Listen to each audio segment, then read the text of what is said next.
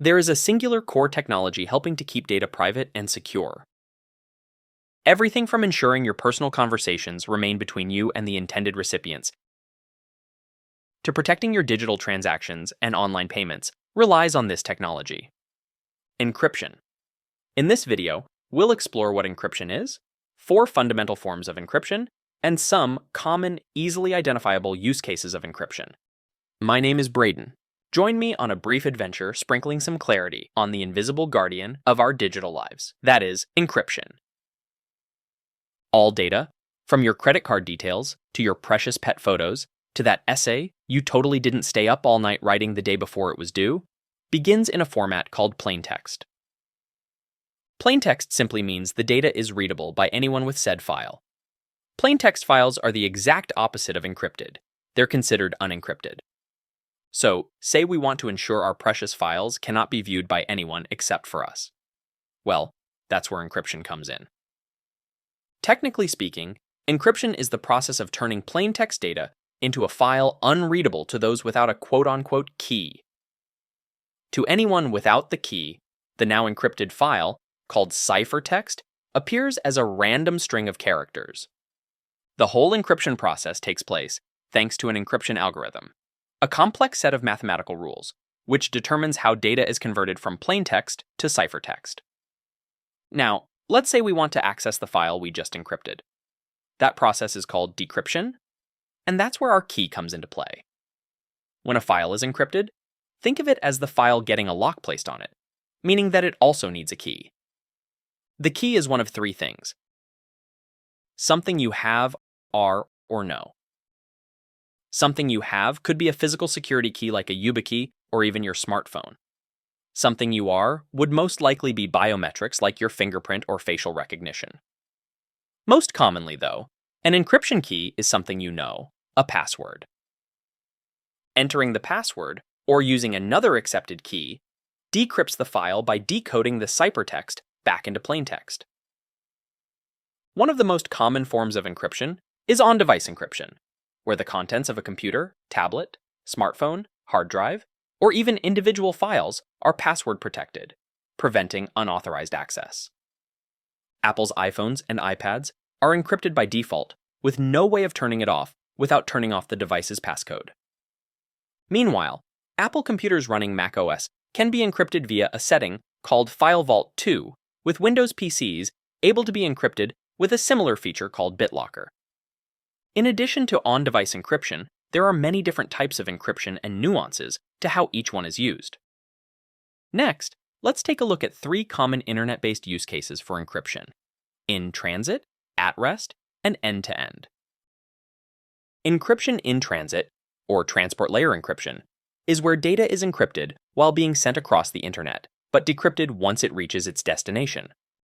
For example, when you upload a file to Google Drive or OneDrive, like a photo, video, or document for storage, that file is encrypted while it travels across the internet, so no unauthorized party can view it. Once it arrives at its destination, like Google or Microsoft servers, it's decrypted. HTTPS or Hypertext Transfer Protocol Secure is a great example of encryption in transit, as it secures most of the websites you likely visit.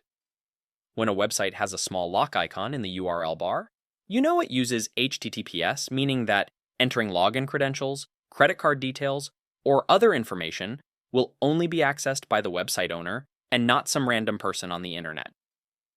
Next, there's encryption at rest, also called server-side encryption. Encryption at rest is where your data is stored safely on a company's server. Similar to in-transit encryption, it ensures that your data remains secure while on the internet, and that random people cannot access it. However, vendors using encryption at rest, like Google Drive and Microsoft's OneDrive, also hold keys to decrypt your data, meaning they can view it, provide it to law enforcement, or potentially be hacked. Lastly, there's end-to-end encryption.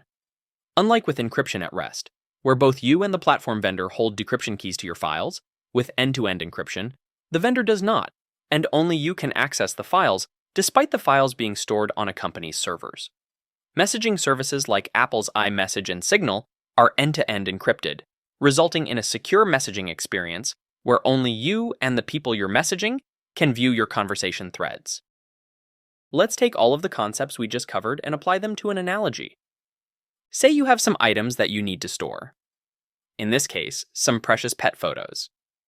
Encryption in transit is similar to you driving your items in your car to a storage locker you're renting. The storage locker keeps your possessions safe.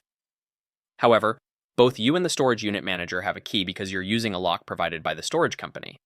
This is encryption at rest. Your possessions are safe, but in theory, the vendor could access your files. If you decide to replace the provided lock with a personal one where only you have a key, this would, in a sense, become like on-device or end-to-end encryption. The challenge with on-device and end-to-end encryption is that if you ever forget the password to the encrypted files, it cannot be reset without a special recovery key or some other backup method provided to you when first setting up the encryption. In contrast, when companies don't use end-to-end encryption and have a copy of your encryption key, they can help you reset your password and regain access. Back to our analogy, when using the storage company's lock, if you lose the key, they can easily give you a new one or let you in. Equally so, someone could steal their key or trick the manager into unlocking the unit for them. Meanwhile, if you use your own lock, they can't help you get back into your unit. Minus cutting off the lock, of course, but this is an analogy, so stay with me. You either need to have a spare key or face potentially never getting your files back. Interestingly, several companies offer services with and without end-to-end encryption. Facebook Messenger conversations are encrypted both in transit and at rest, but can be accessed by Facebook unless users enable end-to-end encryption within their conversations, preventing Facebook from viewing the contents. Similarly, data stored within Apple's iCloud service is encrypted in transit and at rest. But users can enable end-to-end encryption by turning on advanced data protection, ensuring that their photos, files, and device backups are only accessible by them. On the other end of the spectrum, SMS text messaging and most email services are encrypted in transit and at rest, but are not end-to-end encrypted, meaning your conversations are stored and readable on your device, your friend's device, your provider's server, and your friend's provider's server. When using an end-to-end encrypted messaging service like Signal, or an end-to-end encrypted email service like Proton Mail, your messages are only readable on your device and your recipients. Broadly speaking, encryption is a magic-like lock and key system that takes digital information and transforms it into a secret code, resulting in data only being accessible by those with the key. Encryption is a fundamental technology imperative to the safety, security, and privacy of the internet and technology as a whole. Without encryption protecting our most valuable devices, files, and internet-based interactions, our digital lives would be incredibly different and dramatically more exposed.